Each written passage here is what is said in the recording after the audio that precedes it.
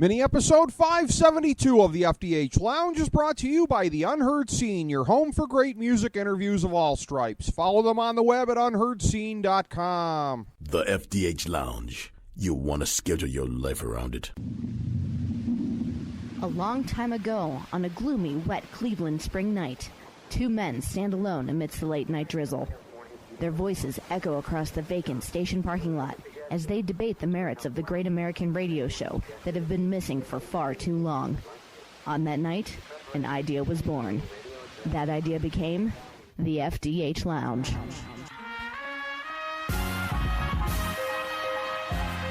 Welcome to the FDH Lounge. Okay, folks, welcome to the FDH Lounge. Rick Morris and Kyle Ross. This is the Kyle Ross History of the Royal Rumble Anthology Part 2B 1994. Featuring Rick Morris. So wait a minute Morris. now. If it's the Kyle Ross History of the Royal Rumble, I should be the tiebreaker. Like, I should get 2 votes to your 1. Well, so you're still disputing Anthony Petrone now being the tie-breaking vote for 93 being the best. Or better than 94. I'm not disputing. I'm saying it's wrong and should never be spoken of again. Your face was truly outstanding when I told you about that. But that's... I want to refer everybody again, as I've been doing. If you want to hear about the overall setup for the Royal Rumbles, go to Part 1A, 1988. If you want to hear about the overall setup for this era, Part 2, go to the one that we did, 2A, 1993. That was where we were spending the majority of time basically going from, you said it was the beginning to the best, 88 to 92, and that these are the down years, 93 to 97. Yeah, I think this is a much less creative title than the first one, but neither of them are really, very accurate in both cases. Well, I'd like to think so. So, 1994, the company has continued to descend. Yes. Throughout 93.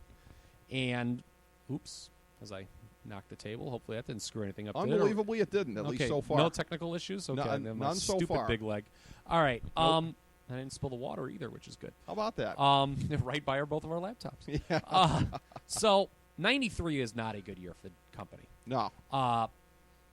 We talked a lot, actually, about WrestleMania 9 and what they could have done, shoulda, woulda, did happen there in our last part, 2A, when we discussed the fallout of the 93 Rumble.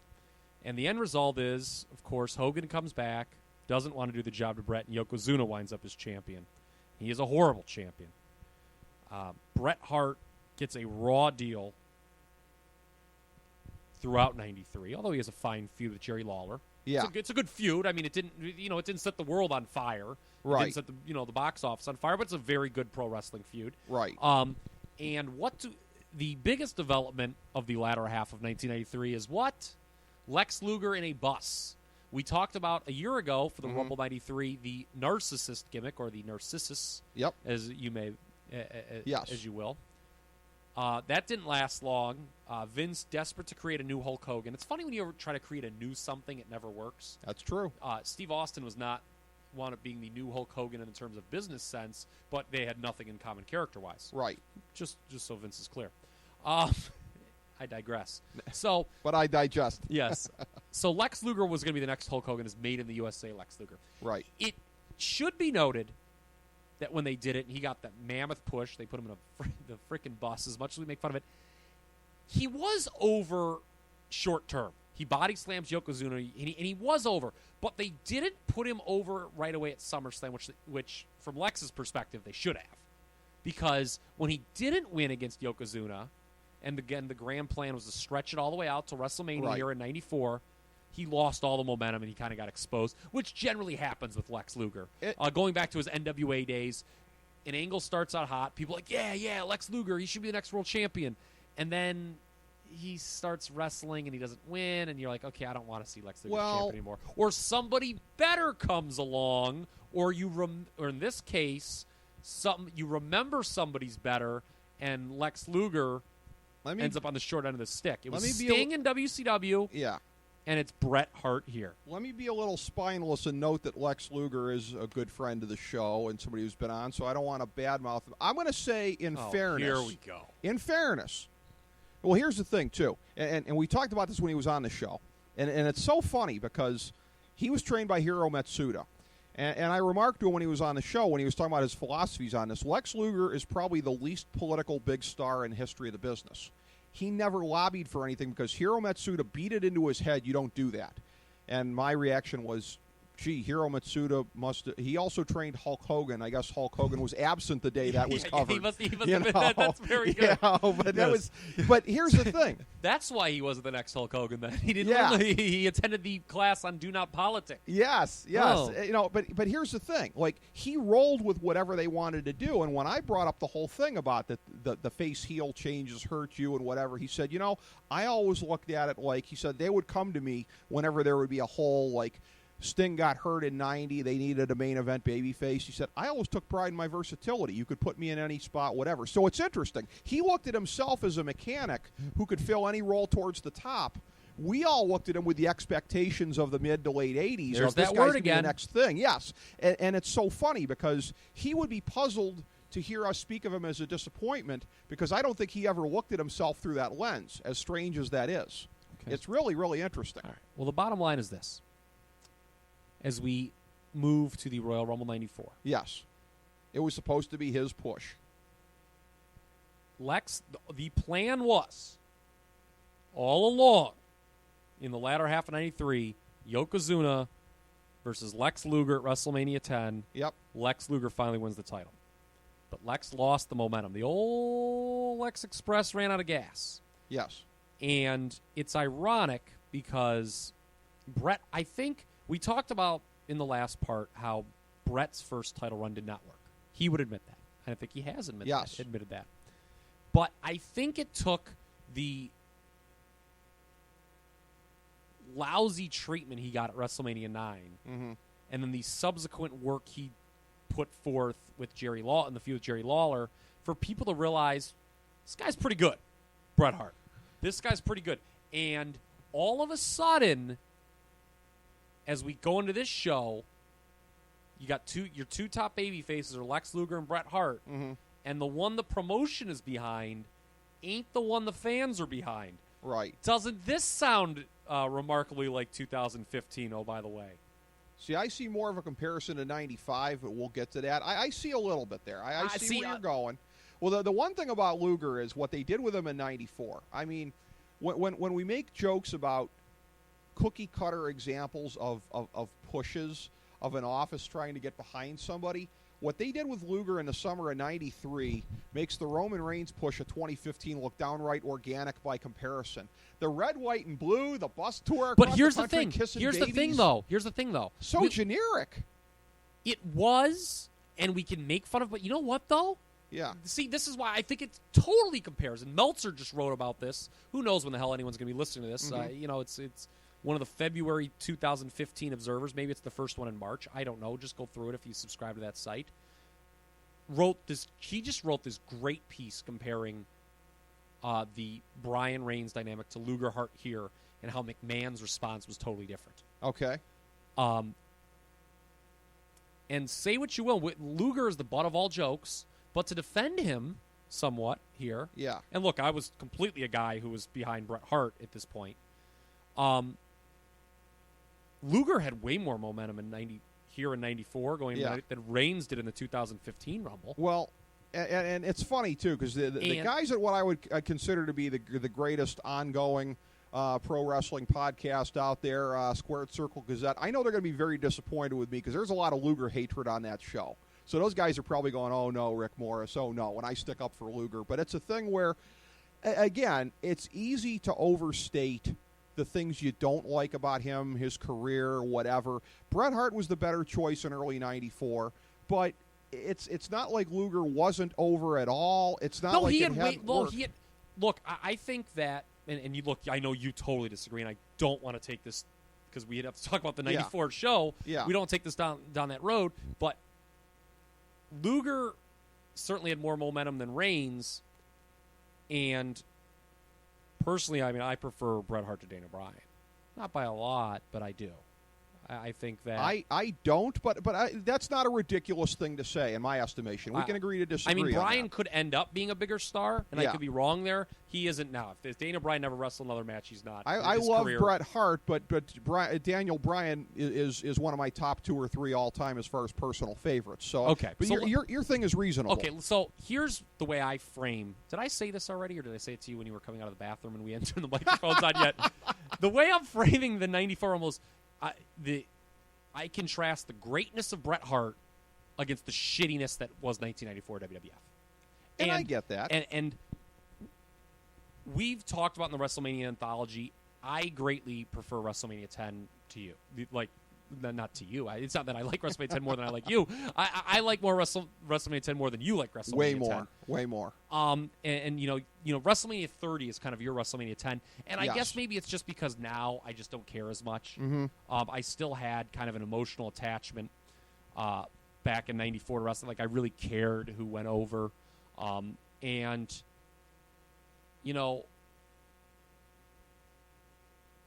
the tie finish is much maligned here. We need to get into the tie. So what they wind up doing, and we have to backtrack because there's a lot to talk about with Bret that goes on during the show that's really important. But, so you have Bret and... So the time rolls around for the show, and all of a sudden Vince is like, okay, maybe I need to go back to Bret Hart, not Lex Luger, for the main event at WrestleMania 10. Right. So what they wind up doing is the infamous tie finish. And at the time, everyone hated it and made fun of it. And the years followed. I've softened on it through the years. I'll be honest with you. And the reason is because they did listen to the fans, ultimately. And I like where it went. Unlike 93, where I don't like that Rumble in 93 being tied to the worst WrestleMania ever hurts it in my eyes. I should have said that. I should have closed the show at that, but you were busy giving me Anthony Petrone quotes and taking my picture that I freaking forgot. But this being tied to a WrestleMania that I really like, I think does help the show in some regard. Okay. And I do not mind the tie finish because it's funny. It was booked like almost like a focus group in the way that it was done, where both guys, and it's funny that Luger, you talk about Luger not politicking, he really wasn't. He kind of seemed resigned at the end of that show. He's like, well, I just got passed by Bret Hart. And he knew it. And well, and here's the funny thing, too. Let's be honest, he had. It was the right choice. And if I have to swallow kind of a goofy tie finish to get to the right place, I will. Yeah. And I don't mind the Rumble overall, and I don't hate the finish. It's still a slightly below average Rumble, but slightly below average. It's not a bad Rumble, and I know you disagree completely. I hated the Rumble. Now Luger, he had something in his book, which is a great book, where he mentioned about Bret Hart. The one main thing that he had to mention in there was that Bret was like, he used to laugh about how like Bret would go to Starbucks, but before you know it, I guess they were traveling partners. Like, oh, Bret's the guy that got me at Starbucks. We both got Starbucks cards, whatever. And it's all this buddy, chummy stuff in there. And I said to him during one of our segments on the show, I said, that's amazing, because that guy basically took your spot. You were the 2 top baby faces, and I don't read anything in your book about friction between you. It was not a Sean Brett situation. It was not a Sean, and that's where he got into his philosophy on, I just let the office do what they're going to do. Yeah, and Sean was also a lot different than Lex. Well, behind exactly, the scenes, but so. it's. I just think people should know that about Lex, because he deserves credit for that attitude. It was to his detriment professionally. But again, now, do we want to talk about the match before we get to the other stuff, or how do you want? Because it sounds like that's where you want to go. I did, but then I screwed up. Okay. We need to talk about one part of the undercard first, because it sets the Rumble up. Yes. And then we'll go back, because you're going to hate on this Rumble, I think, a little too much like I did in 93, in your opinion, probably. Probably. And then we'll hate on something that I know we're going to both hate on. Okay. We'll do that. How about that? All right. Was that on-air planning good enough for you? There you go. Now, you know what? And let's just get this out of the way, because it doesn't bear anything. I just have in my notes here, Tatanka Bigelow is hot garbage. We don't need to say much more than that. That's what opened the show. I'll be honest, I did not rewatch it. I lied. You didn't miss anything. Okay. That's well, time I've for my seen life. it once, and it's not memorable. It was supposed to be Tatanka Ludwig Borg originally. I believe it was Tatanka getting his win back from his undefeated streak ending, but Borg got hurt. I don't know that I ever watched the Tatanka match. That I didn't want that time in my life. He was one back. of those guys that, remember, they throughout 93, they kept finding like creative ways to protect that unbeaten streak. Yeah. And then it finally ended, and nobody cared about Tatanka The thing anymore. is, too, and he would wrestle Shawn for the Intercontinental title, and he'd win by DQ.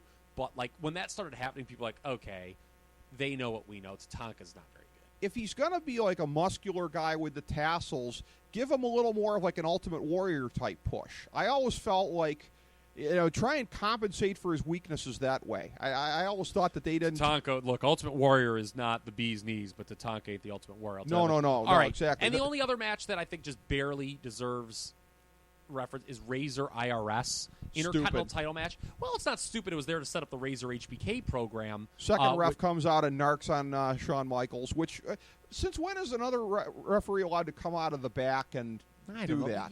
We just stop. They do it randomly. I don't know. They do it randomly. Yes, randomly. Well, it's fine. To me, this setup one of the greatest matches in company history. Monsoon and JR calling that match, by the way. I don't know why. That was so we weird. should say Vincent Ted DiBiase, who we'll talk about, I'm sure, randomly during this podcast. The one I preferred, by the way, had Monsoon and the Brain calling it. So just remember that. That's true, but I mean, I'm just talking about the Rumble itself, not the announced team. Announcing can add or detract from it. It can to a degree, but only to a degree. Okay. Obviously, we with the J.R. Monsoon announced team here, they were radio. This is what they had radio WWF, which I don't know how you could even get that. But they were also paying JR a salary, so they had to justify it by giving him a match. Whatever, that match is nothing. All right, so let's talk about the tag title match, though, because I like it, and it becomes important for the whole show. Right. This is when you had the big Owen Hart heel turn on this show, which is outstanding. And you could see, in retrospect, you could see coming a mile away, and you could kind of see coming even at the time. I remember as a 13-year-old kid, it was very obvious what they were going to do here. They challenged the Quebecers. The Quebecers, the build-up, when you watch this video package, it was one of those things where it's so well set up. They had their falling out at Survivor Series. Over the holidays we made up. And now I'm going to take my little brother Owen and we're going to challenge for the tag team titles against the Quebecers. Then the Quebecers lose to 1-2-3 Kid and Jannetty in what's a pretty kind of a sleeper match on Raw in early '94. And Owen's all dejected because he's not going to get. It was weird. They never changed it to a 1-2-3 Kid and Jannetty as the champions. It was just always going to be Bret and Owen versus the Quebecers. But Quebecers win it back, and you get the square one. You get this Quebecers-Bret Owen match, if you follow. That's probably a lot of time spent in this undercard match, building up this undercard match. But anyway. No, but that's the build that we needed, though. And I like it.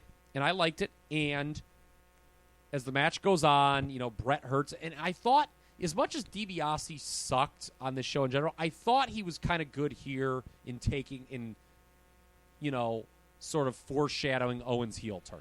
I did think he was okay, and the heel turn worked very well, and drew a lot of heat. Owen cuts a terrible promo afterwards, bless his soul. But I kicked your leg out from under your leg. Yes. But I thought that the Quebecers, by the way, as dirty, sneaky heels, I thought were great in this. I really liked this match, and I loved the angle. And, again, stuff with Bret Hart on the show, great. Other stuff, not so much. I have some criticisms of the way they handled stuff with Bret and Owen earlier in the year. I will say the build-up to this, the execution of it, that point, you talk about DiBiase being effective in that role. I'm going to say effective in the body role because, and this is very high praise indeed, the way that they handled the split, wasn't it reminiscent of the Mega Powers Explode? It kind of was, where they kept saying, Bret's being, why won't Bret tag Owen? And, it worked. Look, it's funny now that we've seen Hardy Boy feuds flop a couple times through the years in different promotions. The Rhodes brothers currently, that feud is not working very well as we head into WrestleMania 31. It's really hard to do a brother versus brother feud. Yes. And Bret and Owen pulled it off. And a lot of it early on especially was due to Bret because Owen was a JTTS still at this point, but with this angle, because it was so shocking to see, because everyone knew they were brothers. I mean, it wasn't like it was kind of like a fake brother thing. Everyone bought it. It was so shocking still to see, even after all the build made it kind of obvious, and then obviously going into WrestleMania, I've never seen one guy take the guy he's feuding with and turn him from a JTTS into a main event star like that, and it's owed completely to the dynamic of them being brothers. And I know you don't think that it was executed as well as I do. No. But because I think Brett got some JTTS stink on him from Owen.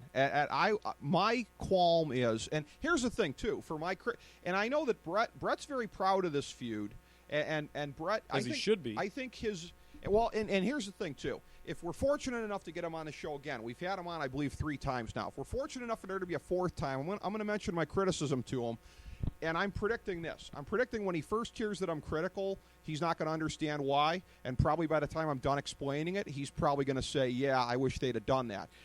I think Owen should have been stronger going into WrestleMania 10. I think he needed a big win or 2 under his belt because he devalued Brett by beating him. He just did. It's a thing here of where, don't see that. Well, here's the thing. Again, comparisons were always going to be there. This whole thing of Bret Hart taking the torch for the new generation, Hulk Hogan wouldn't have done he wouldn't have done a tainted job for a JTTS. Granted, I know the Genius beat him on Saturday Night Main Event, not by pinfall. Yes, that was like my count out. Yes. So, yeah, you thought you had me there, but damn it. What the interesting thing is philosophically, and this is the period of time with the steroid trial, and Vince had ceded a lot of the booking power to Jerry Jarrett, and they were booking more of the Memphis territorial week-to-week kind of a style in the promotion here. And this is stuff that, again, I liked some of the approaches of it, even if I thought that the characters at the time were horrible and whatever. But it made the promotion feel more small time. You're booking it like you're booking for a Memphis studio show week to week. And I'm critical of that. I'm critical that they diminished the product from what it had been in the 80s. They made it seem smaller at a time when they didn't have star power. They fed into it. I feel like it was a downward spiral. Everything they did conspired to make it feel smaller. I will never have affection for 94, for the Rumble, for the year, whatever, because everything felt so small and crappy. I just like, and let's go to the Rumble now. Yeah. I just loved the reascension of Bret Hart to the title picture. Let's talk about how we get there. So the way that tag match ends, yes, is they stop the match because Bret can't continue, and Owen is livid that he never made the tag to him, and that's when he kicks his leg out of his leg, and does the big heel turn. So the way it's presented is, remember, Bret and Owen were also both going to be in the Rumble match. This is also the first year that we see undercard guys in the Rumble, which talked about the talent, lack 97 of talent. got heavy with that. Yes. But this is the first year we started to see it a little bit. Now, in this case, it was fine with Bret and Owen. Tatanka Bigelow was kind of needless. You wonder why they even wrestled one-on-one. But had to fill time. Yeah.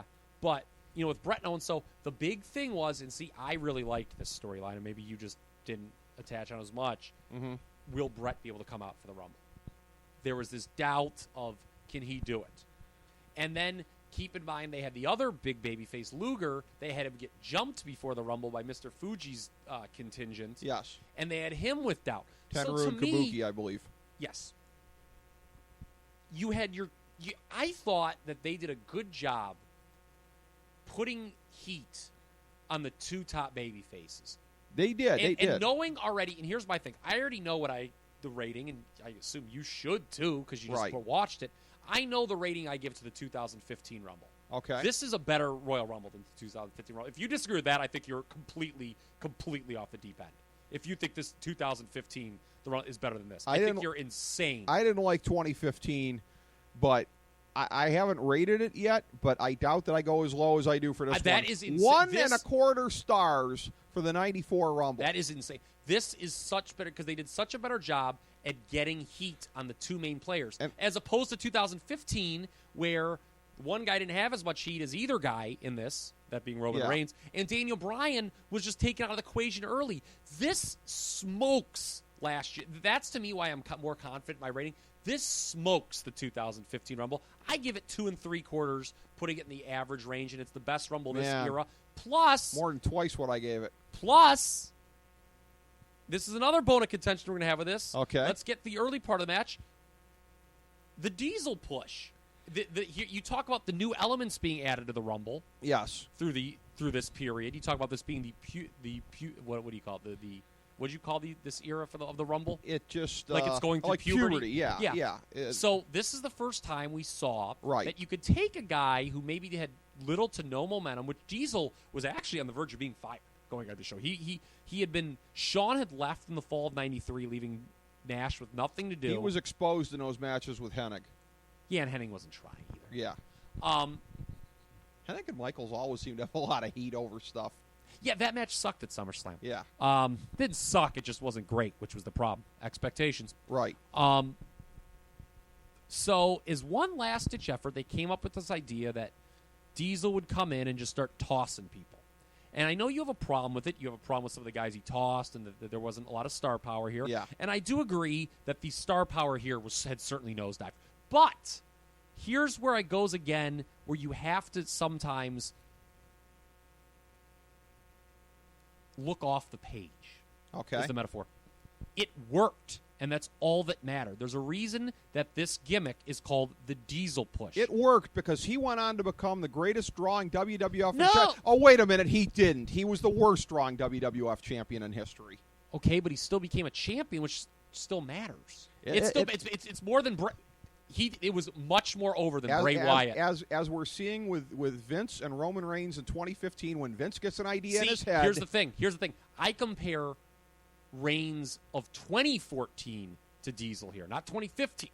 Because Reigns was over and I'm going to call you on it too when we do sure it. He was in 2014, he was over doing a similar thing. Although at the end he was over for being the anti-Batista. True, and you must admit Diesel, it was way harder in this era as a no momentum heel to get people chanting your name. This worked, and if you disagree with that, you're just wrong. And I didn't even come to this take until very recently, but in watching it, there have been more recent Diesel pushes. Yeah. None of them have been as effective as this one. Rikishi in 2000. Look, I've watched most of these, so I'm going to run through them if you haven't. Rikishi in 2000 was nice. Okay. Look, he's not Diesel. And Bray Wyatt this past year, also not as effective as this one. Well, it's a thing. And you can make all the excuses you want, but this one was the effective one. In the land of the blind, the one-eyed man is king.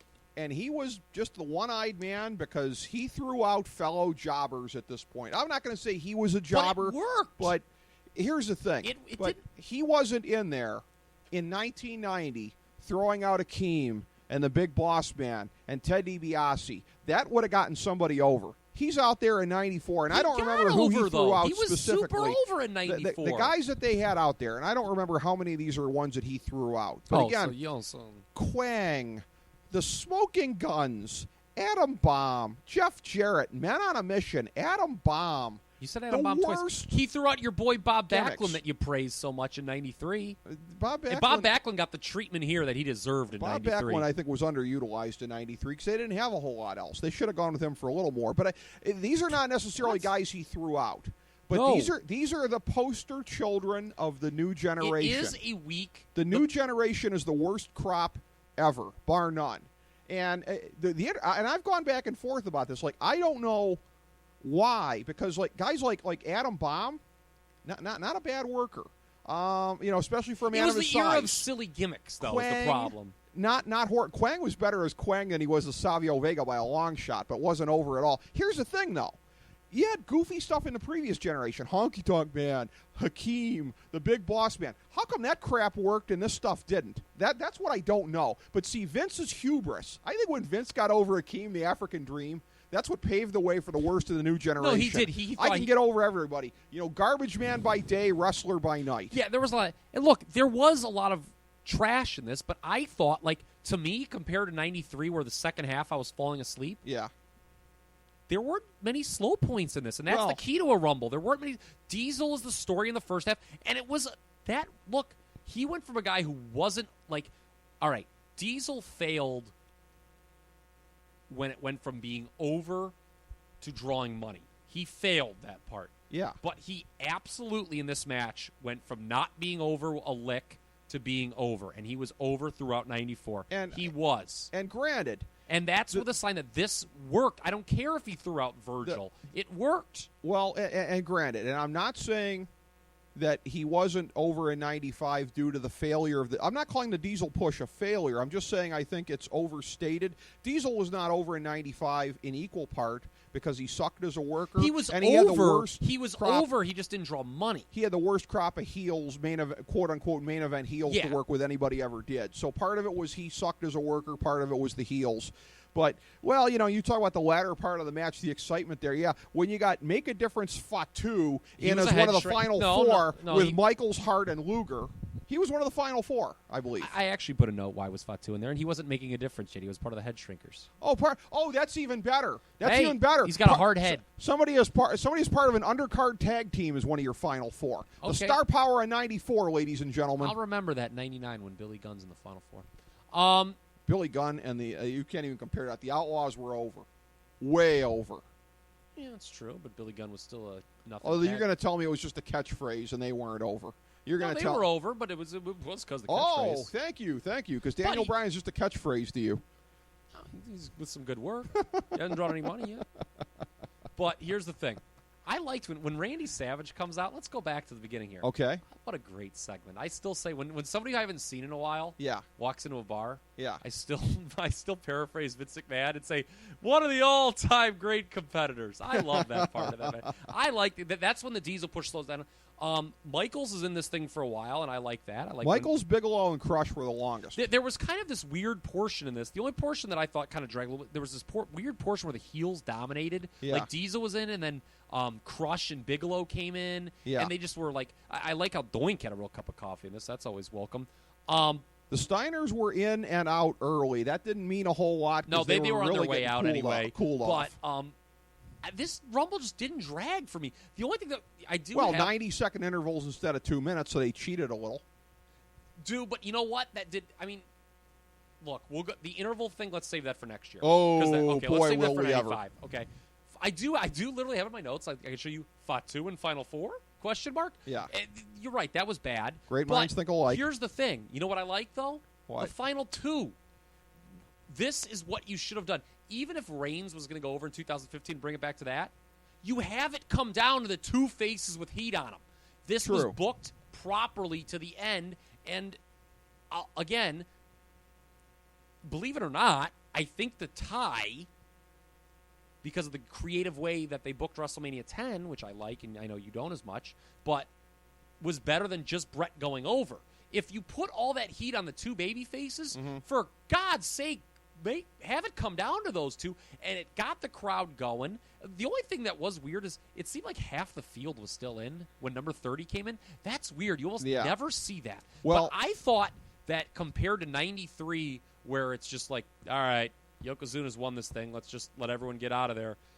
There was legitimate drama when it came down to Brett and Luger, and 1993 or 94. Give it to me. I guess you felt like Yoko was more of a foregone conclusion. I guess I just didn't see that as much at the time. Who did you think was going to win?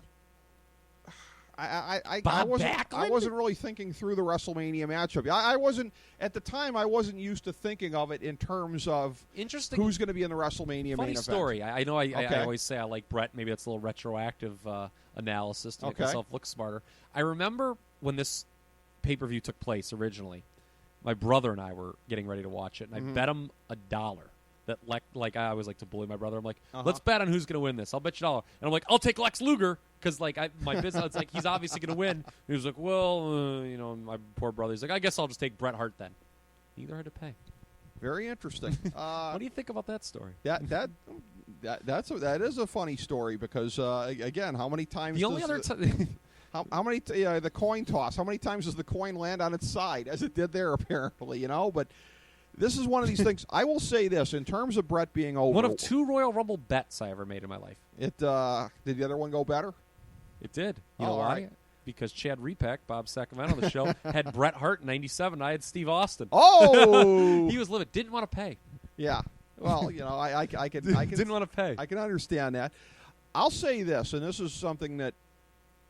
This is something you hadn't mentioned. The only thing you hadn't mentioned about the build with Brett and Owen, and what I think made, and again, for as much as I criticize, for as much as I think they could have done more to build Brett and Owen going into WrestleMania, given the way it went, the way that they did it, to show you how organically over Bret Hart was, you didn't bring this up about the video packages and everything like that leading up to the match, that with him taking the tag match with Owen for the titles, they played it up as you're putting aside your singles career. Yes. You're sacrificing it for the sake of your brother. So there was not the focus going into Rumble of Bret Hart, Lex Luger. It organically came down to that, but nobody was conditioned at the time to think Bret Hart. It was so much. This is so much better than the 2015 Rumble, and I cannot stress enough. I know I'm coming across as maybe a bit of a Bret Hart mark here. Okay. It was so great when he came out. So they did this spot. We didn't talk about this where somebody didn't come out, and I forgot who it was. Bastion Booger. Okay, I can't remember if it was him or if it was Kamala that didn't come out. I knew it was some fat. I noted that. Yeah. Okay. And Vince, you know, we'll talk about Vince's announcing as we go through these years here. Yeah. Vince is not Jim Ross, but Vince can be effective in a different way. Yes. And he was effective here. He was. With you know, as Teddy DiBiase, and spent 60 minutes putting over, you know, everybody's got a price. It's like, dude, shut up, Ted. You know, you did okay in the tag match, but the longer the show went on, he stunk. But when Vince is like, that had to be Bret Hart. Yep. And then, like a couple guys later, it's another bit of a. What a great job Bret does at selling the knee. That's the thing. Yeah. There is nothing in '93 to compare to Bret coming out when he comes out, when he answers the bell and comes out with his number selling the knee. It is just wrestling 101 par excellence. I just don't Bret Hart, I tip my cap to you. One of the finest of all time. I just don't think he can salvage a match with 25 jobbers in it. I think most Rumbles we've come accustomed to, and look, this one, the bad was as bad as it got. I'll give you that. Quang, you know, what's 300 pounds of shit hitting the fan? Quang! Vince McMahon, bless his soul, I think like this was Sparky Plug's debut. He's like, what if Sparky Plug goes to WrestleMania? As the years went by, it got really bad when he was doing that, like in like the 95s and the 96s. But I didn't think it was as bad as it got. I thought it was weaker in 95, 96, and 97 than it was here. Well, I thought this was pretty bad. But here's the thing. A couple of old war horses were out there late. Martel and Valentine, a couple of holdovers from the old days. Rick Martel, I think, was even in the 95 and 96 one. He must have literally just come out once a year, because I have no memory of him post Razor Ramon feud in 93. He must have still been hanging around in this point. Yeah, I think he was still hanging around in 94. This must have been like once a year. But, I mean, I think 95 he hadn't been around, yeah. And then 96. But in 96 in particular, I'm like, you got to be kidding me. He was in me. 96? I think he was in 96. I don't think he was. I just watched it. Are you sure? I think you're out of line. I'm looking through my notes here. But anyways. But anyway, I just thought that I thought it was based on, like, okay, when you look at, like, 96 and 97, you see some guys that became stars, but they weren't at the time. I thought that the Bret Luger dynamic, and this is, I guess, where we disagree, is enough to carry this Rumble to respectable status. I think I was wrong about Martel. I don't think he was in 96. That's the thing too. That when you look at that, and by the way, the finish here, and I noted this, and you know, one very, very sad thing, one very funny thing.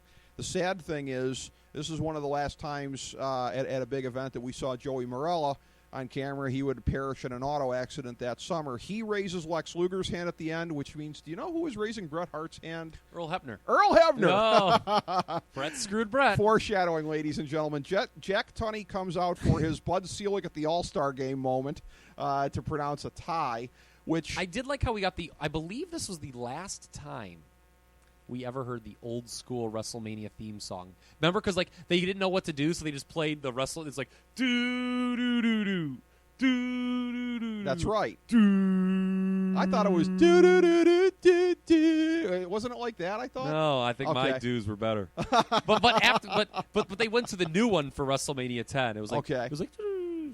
Well, and here's the thing too, and I made a note about this because something revolutionary would happen about 2 months later in ECW that would shape the way that things would go for all time here. Three-way dances? Yeah. So that. I'm sorry. Thank you for usurping my point. Well, my point was that, like, today, wouldn't we get that at WrestleMania today if it was that finish? But you know what? Yeah. You know what? What? The way they did it was so much better. because Yeah. because Yokozuna and Luger had the personal program. Brett had kind of forced his way in. Right. But here's a funny thing: three-way dance, that would have delayed the start of the Brett Owen feud. With today's dynamic, And that's why it was better, because you had the way they did it here was so much. That's another reason that I like this better than 2015. okay. Although 2015, I like they did do it with Daniel Bryan having to wrestle his way into it and being in the first and Look, last. I obviously like the booking of this better than 2015, which that's not saying much. The overall match, the star power of 2015, whatever. I don't think there's a lot of star power in 2015. There's a lot of guys that you look at and say, yeah, they could be doing better, but I don't think there's a lot of star power.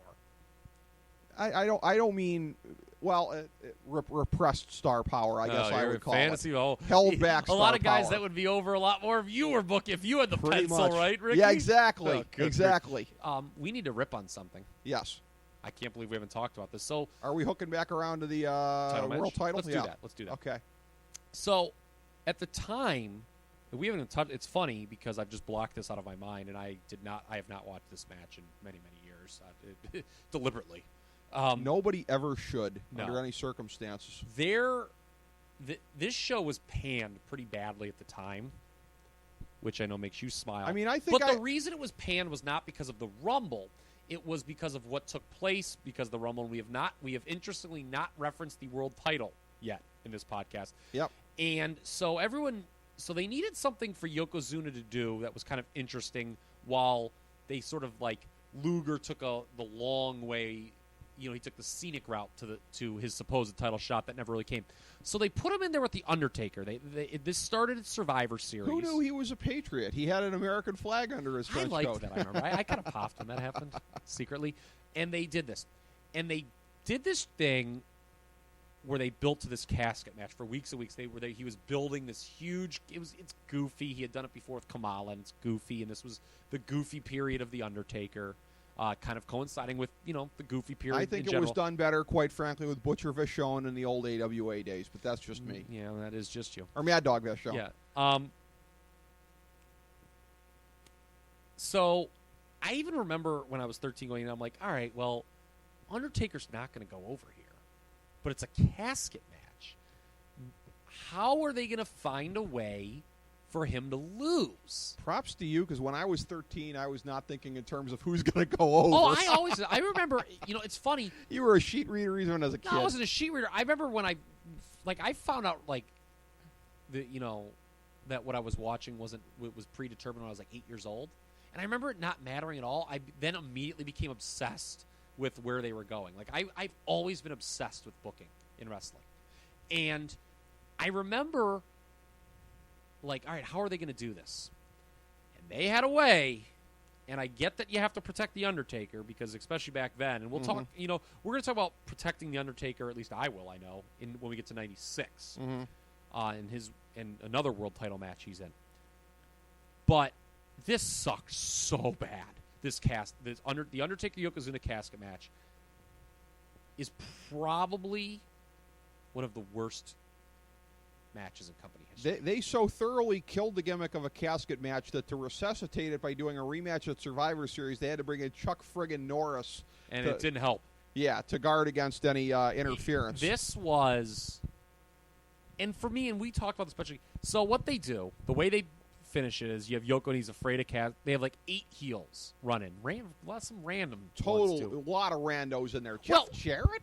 Well, they had Cross, who was affiliated with Fuji, and they had, Tenryu and Kabuki. They made sense. They made sense. But you had to have a ton of guys. It was ridiculous. They basically emptied the heel locker room, and they presented, they were paid off by Fuji and Cornette, and Yokozuna wins. Had it stopped there, it wouldn't have been good, but I could have just been like, all right, it was just a bullshit finish. Yeah. The Undertaker dying and ascending to heaven portion of the program, by the way, Marty Jannetty, yes, which is why he got such a late number in the Rumble, because he played the role of the Undertaker that ascended up top. I should point out Michaels Jannetty had a nice spot, by the way, in the Rumble that I enjoyed. Okay. If I didn't, I liked that. I didn't catch that. Well, you should have. I probably should have. But is so goofy, the fallout of this title match.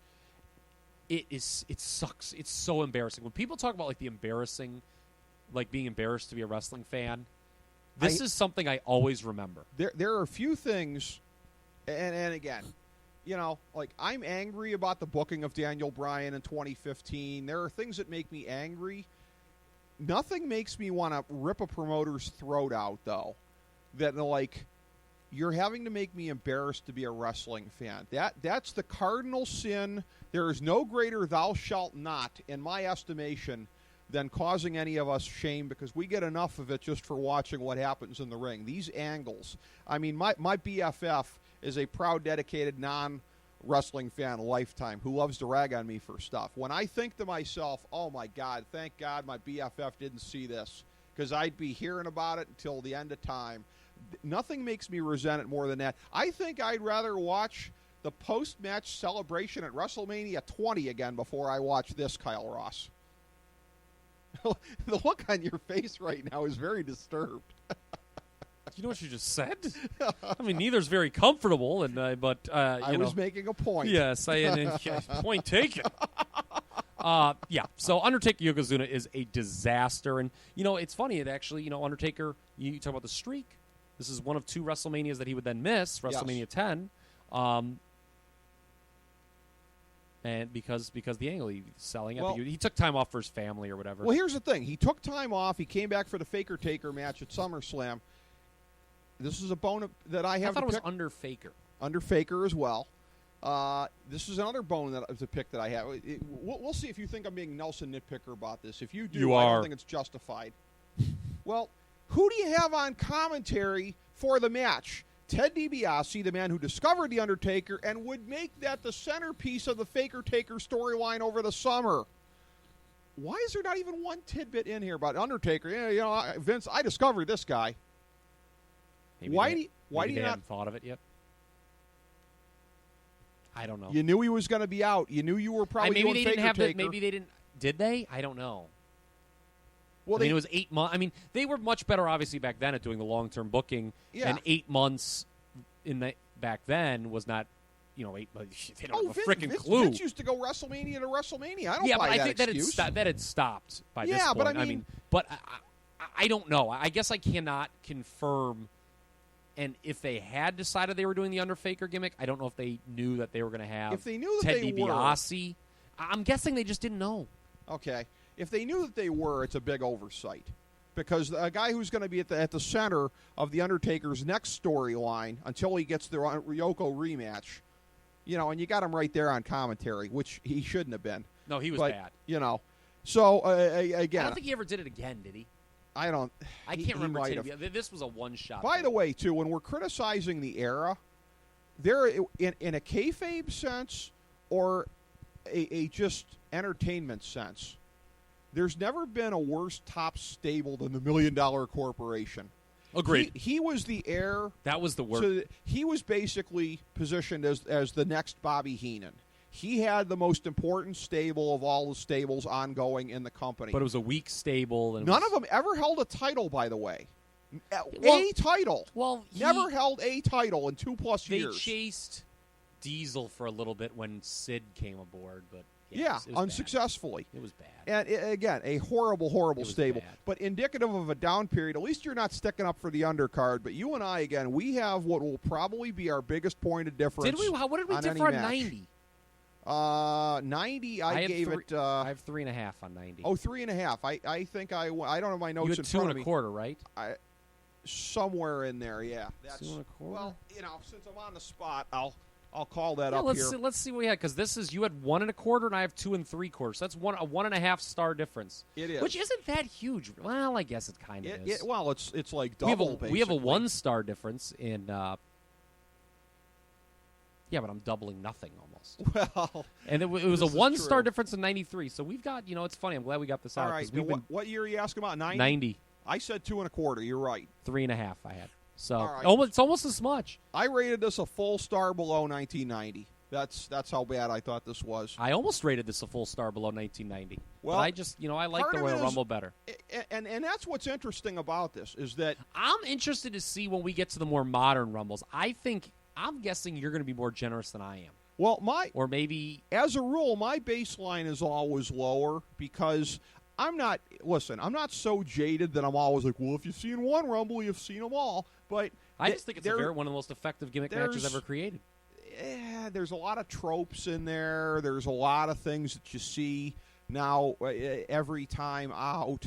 There's a lot of guys in there where you're just yawning through, waiting for the next guy to come out. So that explains a lot of this. Nothing explains you and I being so diametrically opposed on 93 and 94. That is two Rumbles that no one really cares about, probably. Yeah, exactly. And we spent a lot of time talking about two Rumbles that nobody cares about.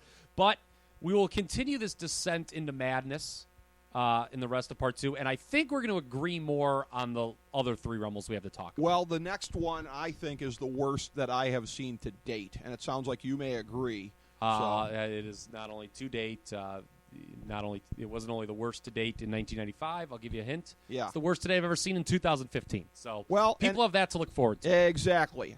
Stick around for the next one, folks. Tune in again when, God help us, 1995 will be next. As we bring the show to a close, we would like to extend our deepest gratitude to NBC, CBS, ABC, Fox, all Clear Channel affiliates, TNT, TBS, USA, UPN, Deadspin.com, YouTube.com, YTMND.com, MySpace.com, various blogs, Fox News, CNN, CNBC, MSNBC, IamBoard.com, Billboard.com, Google.com, ESPN, ESPN2, ESPN News, ESPN Classic, NBA TV, NFL Network, Sports Time Ohio, Athlon Magazine, Comedy Central, Cartoon Network, The Boomerang Channel, QVC, BET, The Spice Channel, Steno Notebooks, Manwich, Papermate Office Supplies, waitresses, strippers, bartenders, garbage men, janitors, microwave popcorn, the writers of The Office, Scrubs, Entourage, My Name is Earl, Oz, Metalocalypse and the Boondocks, Aquafina, and the Periodic Table of Elements.